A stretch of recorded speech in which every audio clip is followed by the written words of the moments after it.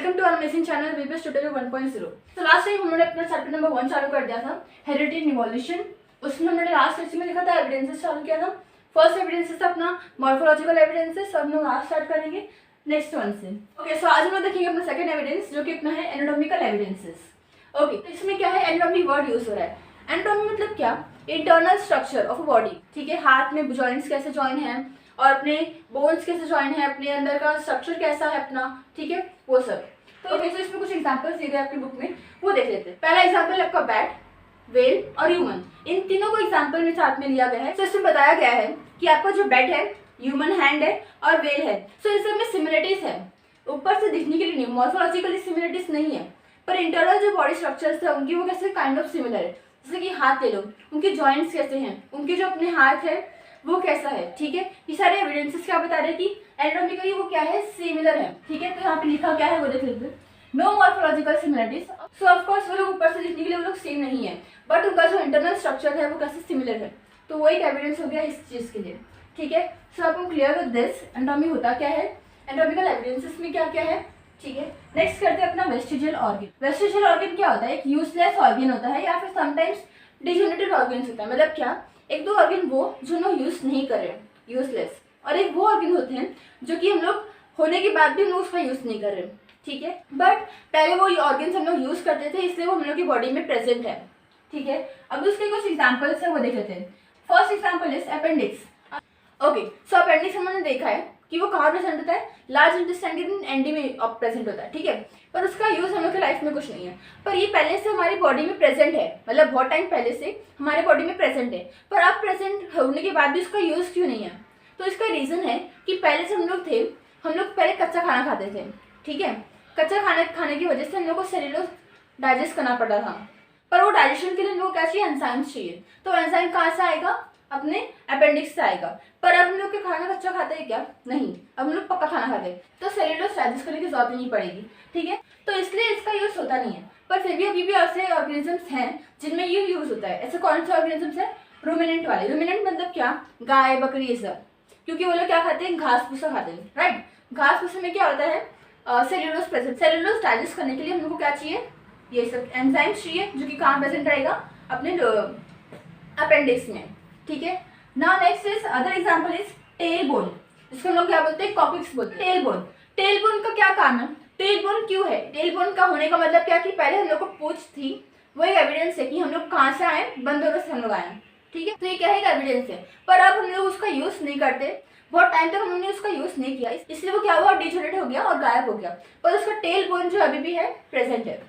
ठीक है, next year पिना, नेक्स्ट है wisdom teeth. Wisdom teeth, wisdom teeth क्या होता है, वो प्रेजेंट का रहता है, एंडिंग में प्रेजेंट रहता है। ठीक है, उसका यूज क्या होता था कि पहले के समय में कैसे कच्चा खाना खाते थे, राइट, हम लोग इन द सेंस पूर्वज, तो वो इसको चबाने के लिए, उसको डाइजेस्ट करने के लिए हम लोग को क्या चाहिए, दांत चाहिए था सादा, तो वो दांत हम लोग उस टाइम पे यूज करते थे। अब हम लोग कच्चा खाना खाते हैं क्या, नहीं, तो हम लोग को वो दांत चाहिए नहीं, वो दांत आना बहुत रेयर हो गया है। ठीक है, हर किसी को नहीं आता है वो दांत। ओके, सो आप हम clear with the vestigial organ. Next क्या अपना पैलेंटोलॉजिकल एविडेंसेस। इसका मतलब क्या कि जो फॉसिल्स को यूज करके हम स्टडी कर रहे हैं उसको हम लोग क्या बोलेंगे, पैलेंटोलॉजिकल एविडेंसेस। यहाँ पे क्या हो रहा है कि समझो अपना बहुत टाइम पहले कुछ फ्लूड आया, ठीक है, या फिर कुछ नेचुरल डिजास्टर हो गया जिसकी वजह से अपने जो ऑर्गेनिज्म थे वो जमीन के अंदर गड़ गए। ठीक है, तो बहुत टाइम बाद उनका जो फॉसिल्स बचते हैं, समझो किसी ने स्टडी किया, उसके फॉसिल्स को निकाला, और स्टडीज करने के बाद, फॉसिल निकलने के बाद आपको पता चला कि कोई ऑर्गेनिज्म है, ऐसा भी कुछ नया ऑर्गेनिजम्स निकले, जैसे कि डायनासोर हो गया एग्जांपल। जैसे कि डायनासोर का हमको पता कैसे चला, ऑफ कोर्स फॉसिल्स के थ्रू ही पता चला, राइट। तो वही बोल रहा है, large number of organisms get buried inside the earth and became fossil, right. Percent of such organisms remain preserved under the ground is called fossil. जो भी ऑर्गेनिजम्स है जो कि अर्थ के अंदर है वो ऐसे प्रिजर्व है, राइट। अब उसको निकालेंगे हम लोग, उसको स्टडी करेंगे, तो हम लोग उसी को हम लोग क्या बोलेंगे, फॉसिल्स बोलेंगे। ठीक है, study of fossil is important aspect of evolution. Of course हम लोग इवोल्यूशन पढ़ना है हम लोग को कि इवोल्यूशन कैसे हुआ, तो हम लोग वो कैसे पढ़ेंगे, जब भी कोई फॉसिल मिलेगा उसके बारे में स्टडी करेंगे कि हाँ ऐसा भी कोई ऑर्गेनिज्म था, उस टाइम लोग को ये मिला, उस टाइम लोग को वो मिला। ठीक है, तो ये हम लोग को बहुत इंपॉर्टेंट एस्पेक्ट है किसका, इवोल्यूशन का। अब यहाँ पे मेन रूल किसका आता है, कार्बन का आता है। ठीक है, कार्बन का कैसा आता है वो देख लेते हैं। अब यहाँ पे क्या हो रहा है कि कार्बन 12 जो है, हम लोग को पता है एटॉमिक नंबर ऑफ कार्बन कितना है, 6 है। एटॉमिक मास क्या है उसका, 12 है। अब यहाँ पे मेनली जो कार्बन 12 है ना वो नॉर्मल होता है, एनवायरमेंट में नॉर्मली मिल जाएंगे, पर ऐसे बहुत सारे रेडिएशन आते हैं जिसकी वजह से अपने कार्बन पे भी इफेक्ट कर पड़ रहा है। तो ऐसे बहुत सारे रेडिएशन पड़ने की वजह से कार्बन का एक और आइसोटोप आया जिसका नाम क्या है, कार्बन 14। ठीक है, तो दो कार्बन हो गए यहाँ पे, कार्बन 12 एंड कार्बन 14। अब कार्बन 14 कैसा है, रेडियो एक्टिव एलिमेंट है। रेडियो एक्टिव मतलब क्या कि वो अनस्टेबल रहता है और जल्दी डिके हो जाएगा। ठीक है, अब यहाँ पे क्या हो रहा है कि समझो कार्बन आया, ये कार्बन समझो कार्बन 12 है या फिर कार्बन 14 भी हो सकता है। ठीक है, उसने रिएक्ट किया किसके साथ, ऑक्सीजन के साथ में, बनाया CO2। अब ये CO2 किसने लिया, प्लांट ने लिया। अब ये प्लांट ने जो CO2 लिया है वो कार्बन कंपाउंड है, राइट। अब वो कार्बन कंपाउंड कार्बन 12 भी हो सकता है और कार्बन 14 भी हो सकता है। ओके, सर ये समझो ये दोनों भी होगा, रेशियो भले ही थोड़ा बहुत ऊपर नीचे हो जाए पर उसका कंपाउंड दोनों भी रहेगा, 14 भी रहेगा 12 भी रहेगा। समझो प्लांट को किसने खाया, एनिमल ने खाया, तो वो जो कार्बन 12 और कार्बन 14 है वो इसके पास भी गया, राइट। अब यहाँ पे क्या हो रहा है कि लिविंग ऑर्गेनिजम्स में जो कार्बन 12 और कार्बन 14 का रेशियो है ना वो कांस्टेंट रहेगा। ठीक है, अब यहाँ पे जब वो उसका एनिमल या फिर कोई भी ऑर्गेनिज्म का डेथ हो गया उसके बाद क्या होगा वो देखते हैं। उसके बाद क्या होगा, कार्बन 14 और कार्बन 12 का रेशियो चेंज होने लगेगा। ठीक है, ऐसा क्यों हो रहा है, क्योंकि कार्बन 14 जो है ना वो कैसे रेडियो एक्टिव एलिमेंट है। रेडियो एक्टिव एलिमेंट है तो क्या होगा, वो डिके होना चालू हो जाएगा, अनस्टेबल है तो वो उड़ जाएगा। ठीक है, तो ऐसा हो जाएगा। तो यहाँ पे वही लिखा है कार्बन 14 स्टार्ट डिकेइंग, मतलब कम होना, खत्म होना। ठीक है, तो ऐसा होने लगेगा। समझो बहुत सालों बाद कार्बन का रेशियो किसी ऑर्गेनिज्म में बहुत कम है तो उससे हम लोग को पता क्या चलेगा कि जो अपना फॉसिल है वो बहुत सालों पुराना है।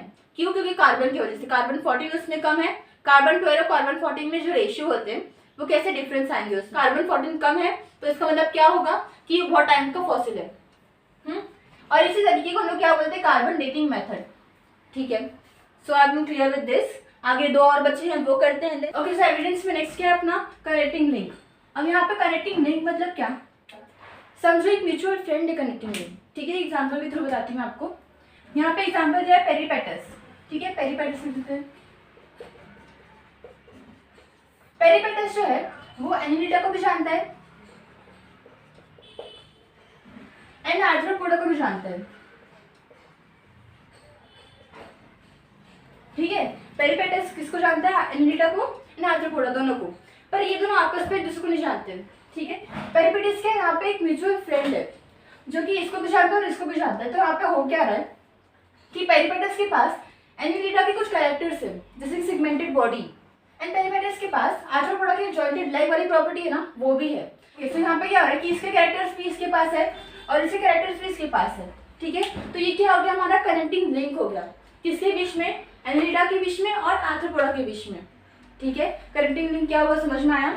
जब कोई कैरेक्टर्स आपको दो स्पीशीज से मिल रहे हैं एक ही में तो उसको हम लोग क्या बोलेंगे, कनेक्टिंग लिंक बोलेंगे, दोनों के बीच का। किसके बीच का, एनिलिडा और आर्थ्रोपोडा के बीच का। एक और एग्जाम्पल है यहाँ पे रेप्टाइल्स, फिर यहाँ पे डकबिल,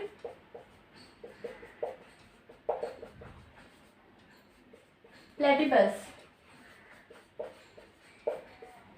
और मैमल्स। तो यहाँ पे क्या हो रहा है, ये जो प्लेटिपस है ना ये दोनों के बीच में कनेक्टिंग लिंक है, किसके बीच में, रेप्टाइल्स एंड मैमल्स के बीच में। तो रेप्टाइल के पास क्या फीचर्स है कि वो लोग क्या करते हैं, एग ले करते हैं, ये एग लेइंग एनिमल्स होते हैं। ठीक है, पर मैमल्स से क्या होगा, मेमोरी ग्लैंड होगी इनकी फीचर्स मेन वाली। ठीक है, तो यहाँ पे क्या है, मेमोरी ग्लैंड, मतलब क्या ये लोग अपने बच्चों को फीड कर सकते हैं। नेक्स्ट प्लेटिपस क्या कर रहा है कि वो एग ले कर रहा है, मतलब कौन से कैरेक्टर्स आ गए इसमें, रेप्टाइल से कैरेक्टर्स आ गए। अब ये क्या कर रहा है, इसके पास मेमोरी ग्लैंड्स भी है, तो किसके कैरेक्टर्स आ गए, मैमल्स के। तो ये क्या हो गया, कनेक्टिंग लिंक हो गई, किसके बीच में, रेप्टाइल्स और मैमल्स के बीच में। तो कनेक्टिंग लिंक समझा है क्या होगा। ओके, ये दो एग्जाम्पल्स आपकी बुक में भी हैं, वो आप लोग देख लेना। नेक्स्ट करते हैं अपना क्या, एम्ब्रियोलॉजिकल एविडेंसेस। एम्ब्रियोलॉजिकल एविडेंसेस में क्या है वो देख लेते हैं। ओके, सो एम्ब्रियो क्या है, यहाँ पे जब बेबी ग्रो होता है, जब अपना गैमेट्स मिलते हैं देन कुछ फॉर्मेशन होता है, उसको हम लोग क्या बोलते हैं, एम्ब्रियो बोलेंगे। तो वही एम्ब्रियो जब ग्रो होता है तो उसके अलग अलग स्टेजेस होते हैं। यहाँ पे क्या होता है कि जितने भी वर्टिब्रेट्स होते हैं उनकी स्टार्टिंग की जो स्टेज होते हैं ना, फर्स्ट स्टार्टिंग स्टेज सबका सिमिलर होता है, ह्यूमन से जितने भी वर्टिब्रेट्स हैं। ठीक है, तो यहाँ पे क्या होता है, जो स्टार्टिंग स्टेज होती है ऑफ एम्ब्रियो के ग्रो होने की वो कैसे होती है, सबकी सेम होती है, किसमें, वर्टिब्रेट्स में। तो वो ये बोल रहा है कि अभी जब वो लोग इतना सिमिलरिटी शो कर रहे हैं तो इसका मतलब क्या होगा, जितने भी वर्टिब्रेट्स हैं उनके कॉमन एंसेस्टर होंगे, ठीक है, क्योंकि सबका एम्ब्रियो कैसा हो रहा है, स्टार्टिंग स्टेज में सेम हो रहा है, ठीक है। तो ये एक एग्जांपल हो गया एम्ब्रियोलॉजिकल एविडेंसेस में, जो स्टार्टिंग स्टेज ऑफ एम्ब्रियो है वो कैसा है, कॉमन है। तो इसी का मतलब क्या हो गया कि इनका हो सकता है कि इनके एंसेस्टर कैसे होंगे, कॉमन होंगे, वर्टिब्रेट्स की बात करी जा रही है, ठीक है। तो आज हम लोग इतना करते हैं। एक मॉर्फोलॉजिकल भी था, सारा एविडेंसेस किया है, जिसमें वो भी कर देते हैं। मॉर्फोलॉजिकल में क्या था, मॉर्फोलॉजिकल में क्या था, जो फिजिकल अपीयरेंस होता है अपना, जो लोग ऊपर से दिखते हैं वो सब, जैसे कि अगर हो गया डॉग ले लो और कैट ले लो। डॉग के पास क्या है, टेल है, इसके पास भी है, यस, इसके पास फर होते हैं, बॉडीज पे बाल होते हैं, इसके पास भी है। डॉग और कैट के जो आँख होते हैं वो कैसे थोड़ा साइड में होते हैं, दोनों की भी सेम हो गए, तो इनके फिजिकल अपीयरेंस कैसे हो रहे हैं, दोनों के सेम हो रहे हैं। तो इससे क्या पता चलेगा कि कहीं ना कहीं इनके जो एनिमल्स के एंसेस्टर है वो क्या होंगे, कॉमन होंगे, क्योंकि इनमें काफी सिमिलरिटीज है दिखने के लिए। तो हमारा ये एग्जांपल हो गया मॉर्फोलॉजिकल का। Okay, so here we completed the evidences of evolution. In the next lesson, we will do further part. Till then, if you like the session, please like and subscribe YouTube channel. Thank you.